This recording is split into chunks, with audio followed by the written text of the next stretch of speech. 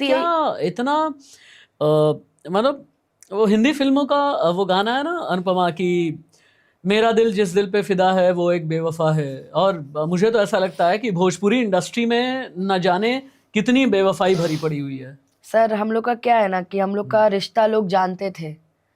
कुछ तो लोग ऐसे हैं जिनके 20-20 अफेयर हैं और अपने आप को लोग सती सावित्री साबित करते हैं कि वो सबसे अच्छे हैं। यस बिल्कुल सर, मेरा एक के साथ था ना तो मैं इतनी ट्रोल होती हूँ। जिस मंच पे जाती हूँ बिक्कू बिक्कू बिक्कू लोग करता है। उन लोग का सोचिए सर जिनके ऑलरेडी 20 अफेयर ऑलरेडी हैं और वो अपने आप में महात्मा बने फिरते हैं। लोग ऑलरेडी है सर, ऐसी बहुत सारी फीमेल भी हैं सर, मेल भी हैं जिनके एक बंद पर्दे के पीछे वाला चेहरा अलग होता है।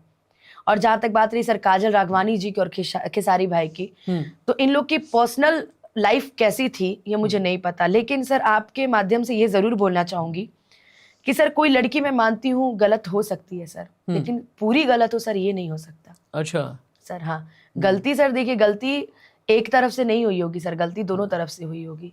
और मैं तो आपके यानी काजल की तरफ से अगर गलती हुई होगी तो गलती गुंजाइश है, मैं ये नहीं कह रहा हूँ, तुम्हें कोट नहीं कर रहा हूँ, यानी तुम ये कहना चाहती हो गुंजाइश है खेसारी की तरफ से भी बिल्कुल होगी सर, बिल्कुल अच्छा, होगी। कैसी पर्सनालिटी है खेसारी की?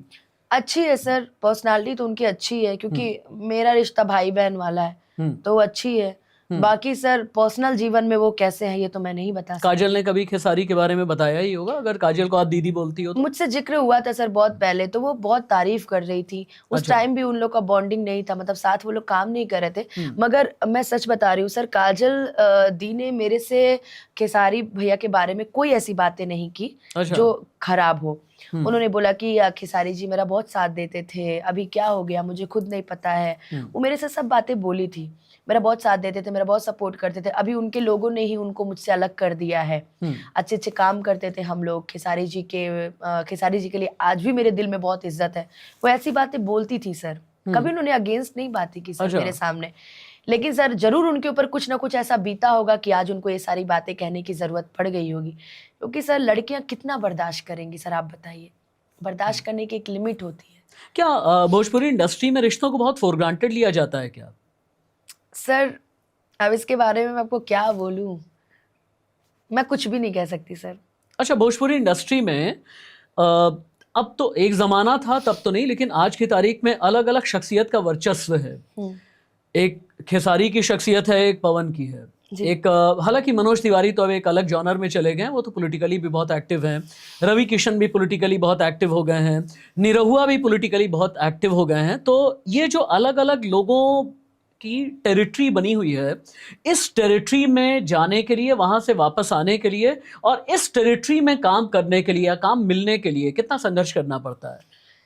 सर कलाकारों को मेहनत तो करनी पड़ती है सर। अगर आपके अंदर, मैंने बोला ना सर, अगर आपके अंदर टैलेंट ना हो तो कोई आपको स्टार नहीं बना सकता, कोई आपको आगे नहीं बढ़ा सकता है। टैलेंट तो होता ही है सर, साथ ही साथ एक टीम बन जाती है कि जो खेसारी लाल जी के साथ काम करेगा वो पवन जी के साथ काम नहीं करेगा, जो पवन जी के साथ करेगा वो खेसारी जी के साथ नहीं करेगा। ये भी एक बहुत ही बड़ी, पवन खेसारी में दुश्मनी है सर दुश्मनी पता नहीं सर, दुश्मनी है भी और नहीं भी है। अच्छा, राइवलरी है। जब भी देखिए सर ना, जब भी विवाद होता है तो दोनों लोग पे ही आता है। अच्छा। कोई बोलेगा कि मैं ट्रेंडिंग स्टार हूँ तो बोलेगा तुम ट्रेंडिंग हो तो मैं पावर स्टार हूँ। ईगो प्रॉब्लम सर दोनों लोगों में है। दोनों लोग अपनी अपनी टीम बना के चलते हैं। अच्छा, यही सब चीजें होती है टीम। अच्छा, अब मैं इंटरव्यू के आखिरी हिस्से में हूँ और मेरे इंटरव्यू के आखिरी हिस्से में एक रैपिड फायर राउंड होता है और मैं चाहूंगा कि तुम्हारे साथ में एक रैपिड फायर राउंड मैं लेकर के चलूँ। ठीक है, तैयार हो? रैपिड फायर राउंड में मेरा पहला सवाल यह है कि एक सिंगर के तौर पर अनुपमा अपने करियर में रहना चाहेगी, एक्ट्रेस भी बनेगी? दोनों। अगर एक्ट्रेस बनेगी तो किस कैंप का हिस्सा बनना चाहेगी, खेसारी या पवन? जिनके साथ काम मिले सर, मैं तो चाहूंगी सर। किसके साथ काम करना अच्छा लगेगा, खेसारी या पवन? काम तो सर दोनों के साथ करने में अच्छा लगेगा सर, दोनों के साथ सर। भोजपुरी गाने बदतमीजी के साथ में बिकते हैं या बिना बदतमीजी के भी बिक सकते हैं? बिना बदतमीजी के भी बिक सकते हैं सर। कैसे? सलील गाने हैं सर, जैसा मैं जनता को परोसूंगी, जनता तो उसी टाइप के गाने सुनेगी ना सर। तो और लोग आजकल शॉर्टकट अपनाने लगे हैं। शॉर्टकट मीन्स कि आप एक नॉर्मल सादा सा गाना गा दीजिए। क्या भोजपुरी में अगर अश्लीलता का छौंका लगे तभी वो सही होता है? सर सही तो नहीं होता है, लेकिन व्यूज के मामले में लोग ये सब चीजें करते हैं। क्योंकि अगर मैंने वही बता रही हूँ, असलील एक गाना आप गा के डाल दीजिए और एक में ढोड़ी और चोली डाल के देख लीजिए, उसके व्यूज रहेंगे 1.1 मिलियन और इसके रहेंगे 1K, सिर्फ 1000 लोगों ने देखा होगा।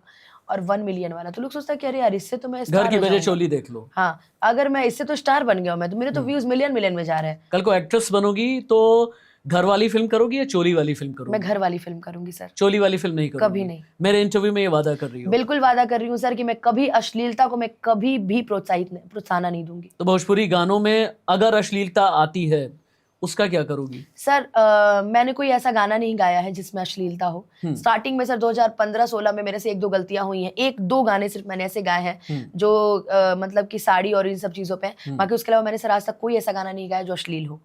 तो मैं कोशिश यही करूंगी कि आगे से मतलब लाइफ में भी कभी भी मेरे से कोई ऐसी गलतियां ना हो। अगर मुखिया के खिलाफ, जैसा तुम कह रही हो इल्जाम लगा रही हो, मुखिया के खिलाफ अगर कोई कानूनी कार्रवाई नहीं हुई तो क्या करोगी? सर कानूनी कार्रवाई नहीं हुई सर तो मैं मीडिया में आई हूँ, मैं फिर सभी से मिलूंगी, मैं सरकार से मिलूंगी, नीतीश कुमार जी से मैं मिलूंगी कि महिला की सुरक्षा की बातें करते हैं और ऐसी ऐसी चीजें हो गई। सर आप बताइए कि मैं अब सबूत में और क्या भोजपुरी की कंट्रोवर्सी क्वीन बनना चाहती है अनुपमा? नहीं। क्या बिग बॉस के घर में जाना चाहती है अनुपमा?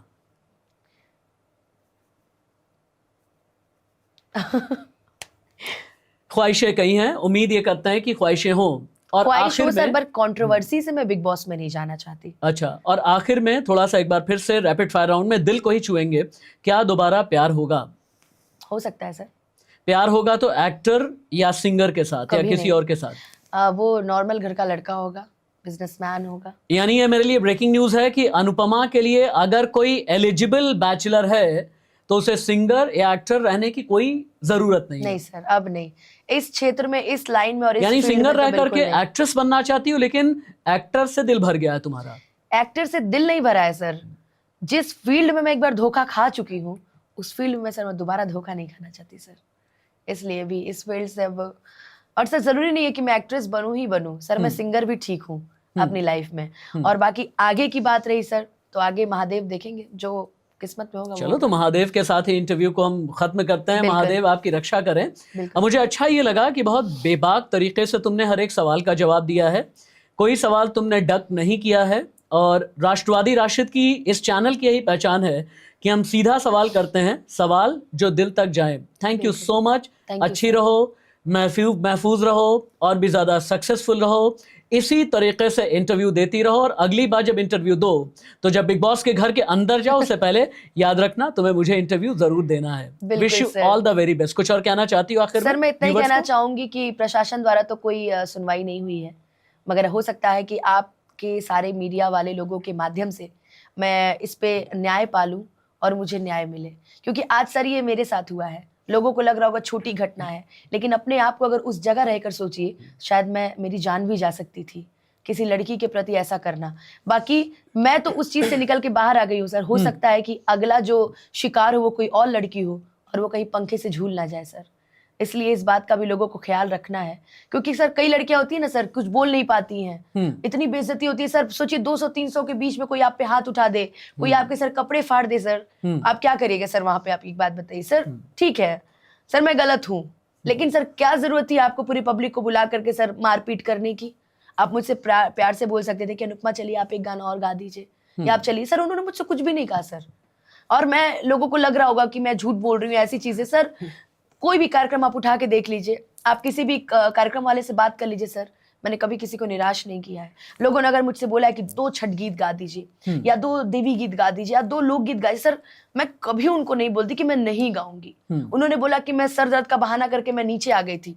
सर मैं आपको एक प्रूफ दिखा दूंगी कि मंच से मैं 10:30 बजे के बाद से मंच से मैं नीचे उतरी ही नहीं हूँ, मैं सीधे 3:40 पे मंच से उतरी हूँ सर। और मेरी उनसे क्या दुश्मनी सर नहीं पता, और ये सब चीजें नहीं है सर। लेकिन आज अगर ये मेरे साथ हुआ है सर, कल को सर किसी भी लड़की के साथ हो सकता है। क्योंकि 200-300 के बीच में लोग जो हमला किए हैं सर, कहीं वो लड़की कुछ बोल ना पाए और अपने आप को फांसी लगा ले सर, इसके दोषी कौन होंगे? फिर भी प्रशासन सर बैठी रहेगी। क्या हुआ? कलाकारें न थे सर। मुखिया ने बात बोला है किसी को? क्या कर लेती? बिकुआ कर लेती कि अमितवा हमरा कुछ कर लेती कि अनुपमा कर लेती? क्या कर लेती बोल? तो उनको बताना है कि हम कलाकार हैं, कलाकार में हम ऐसे कलाकार हैं जो लोगों के दिल में राज करते हैं। तो अगर हम चाहें तो आपके गलत के खिलाफ हम आवाज भी उठा सकते हैं। गलत और के खिलाफ आवाज उठनी भी चाहिए, और बिल्कुल इसीलिए सर। मैंने ये इंटरव्यू किया भी है। आखिर में एक बात मैं कहना चाहूँगा, जो भी अनुपमा का केस है, हालांकि कानूनी तरीके से वो आगे हैंडल भी होगा, उसमें सबूत भी तलाशे जाएंगे, उसमें गवाह की भी से भी सवाल जवाब होंगे, लेकिन मैं बस इतना ही चाहूँगा, एक कलाकार को कभी नचनिया मत कहिएगा। एक कलाकार हमेशा तपस्या से बनता है।